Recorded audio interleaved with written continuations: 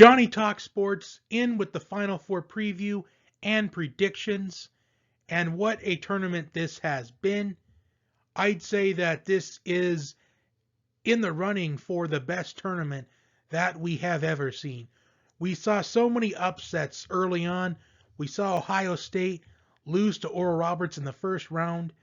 We saw Illinois, a team that was a pretty popular pick to win the entire tournament, lose early on in the second round, because almost every bracket that I saw either had Gonzaga or Illinois winning the entire tournament. And in the majority of those brackets, it was Gonzaga, Illinois in the championship game, including yours truly. And this tournament, it's starting to shape up like 2018 based off what you have at the Final Four. You've got Gonzaga is the Villanova of 2021, the overwhelming favorite out of these Final Four. You've got UCLA as the Loyola Chicago, the team that nobody saw coming, the team that hardly anyone thought would make a deep run in this tournament. And as far as Baylor and Houston, you can argue that either one of them is Michigan or Kansas. Although I would say that Baylor could be more of the Kansas, based off of Baylor being a Big 12 team, and they're also match up Kansas's physicality from 2018. And Houston, they seem like the Michigan because, well, there was that game in the second round where they could have lost that one. And ironically, Michigan could have lost Houston in the second round of 2018. So now that I think about it, you could probably consider that Baylor is more of the Kansas and Houston is more of the Michigan. So without further ado, let's get into the Final Four predictions. Now I'm going to start with Houston and Baylor because that is the game that will be played first. And a big key to this game right here is going to be turnovers. Who can force the most turnovers? I think whoever does that is going to have a huge edge in this matchup, considering that both teams have not turned the ball over a lot in this tournament. Houston has only turned the ball over 39 times, and Baylor has only had 29 turnovers in this tournament. So these teams, they don't turn the ball over that much. For Houston, you got to out-rebound and limit second chance opportunities from Baylor. That's what you got to do when you're taking on a team like Baylor, a team that's very physical in a very physical conference. Houston, they do have an advantage here because they did play Texas Tech in the regular season and won by 11 points. So they know what the Big 12 physicality is going to be like in this matchup. At the same time, however, it was a long time ago. It was back in December. So pretty early on in the season. And that was their toughest opponent of the season going into the tournament. And I think, to be honest, that Texas Tech still has been Houston's toughest opponent this season. For Baylor, knocking down threes is going to be a huge key to the game. Because remember, they struggled early against Villanova. They struggled from the three-point line. But fortunately for them, Villanova also struggled from the three-point line as well. And Houston plays really good defensively. One of the best teams that were in this tournament, and I'd say the best defensive team that's left in this tournament. However, could that lack of competition throughout the season go back to haunt them? I mean, you could say the thing about Gonzaga, which we'll talk about later, but Gonzaga, they played tougher opponents in the regular season, but those same opponents, they also got knocked out early in the tournament. And as far as this game is concerned, I do think this will be a competitive game. I think it's going to come down to the wire. I just think that this will come down to turnovers. But at the end of the day, you got to think. Like I said, that this is reminding me of the 2018 tournament, and Houston, they narrowly escaped in the second round. Well, I think that Baylor is going to come out on top in this one and move on to Monday night.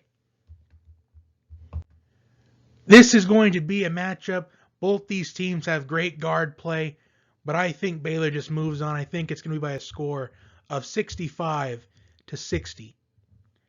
And now we have the second game between UCLA and Gonzaga. UCLA, they have faced so much adversity throughout this tournament.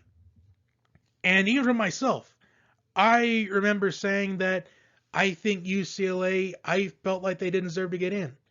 I felt like they belonged in that first four because they didn't look so hot going into the tournament.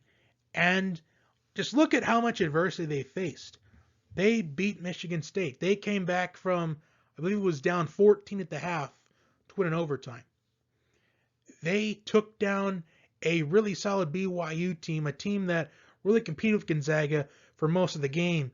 And I think that is the only team that has really challenged Gonzaga so far this season. And they took down Alabama, a team that many thought could have made that run to the Final Four. And they took down Michigan.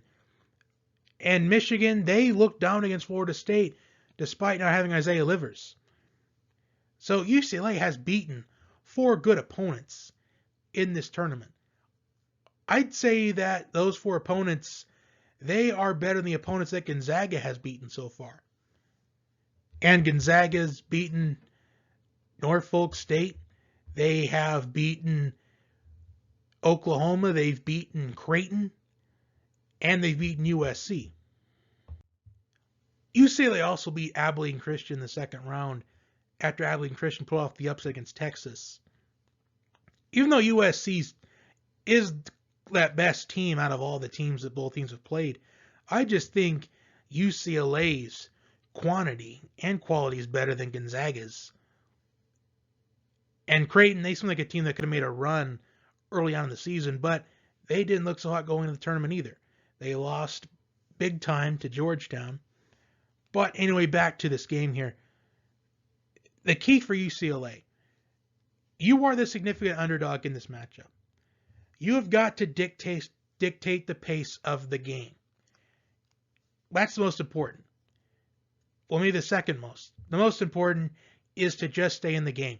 When you are a significant underdog, when you're the Cinderella team, you've just got to stay in the game. When you're going up against a team like Gonzaga, you can't let them take you out of the game. And the biggest key for Gonzaga is, ironically, to get UCLA out of the game early. Because we have seen UCLA overcome so much adversity. They were down by 14 in the first 4 to Michigan State. And they were able to overcome that in overtime. Mostly by the leadership of Johnny Juzang. And let Johnny Juzang, let somebody else beat you if you're Gonzaga than Juzang. And you've got, for UCLA, keep Juzang and Jaquez out of foul trouble. Because those are your best 2 players on the floor. And give credit to UCLA, they were able to beat Alabama in overtime as well. But when I look at this matchup, Gonzaga, they have looked at the best team in college basketball all season long. And I thought to myself, if Gonzaga were to be challenged by any team, it would be Baylor or USC. Gonzaga, they really took USC's size advantage out of that game. And when I look at UCLA, their journey throughout this tournament, I think they've gotten pretty lucky in these last couple of games. And that's not to discredit them. They earned their way here. It's just that they've played Alabama and Michigan. Those are really good teams, but they beat themselves. Alabama couldn't hit free throws in the Sweet 16 to wrap it up in regulation. And Michigan missed 8 of their last 8 shots in that game. And if one of them goes down, they all unlikely win the game. Worst case scenario, force overtime. So I just think that UCLA's luck is going to eventually run out. And I think it honestly runs out here. I'm going with Gonzaga in this game, and they will advance to Monday night, setting up a matchup between Gonzaga and Baylor. The matchup that many have been anticipating for months. The matchup that we should have seen early on in the season, but it got postponed due to the circumstances from 2020. So, thank you for tuning in. Like, share, and subscribe. Most importantly, like for the algorithm, and I will talk to you next time.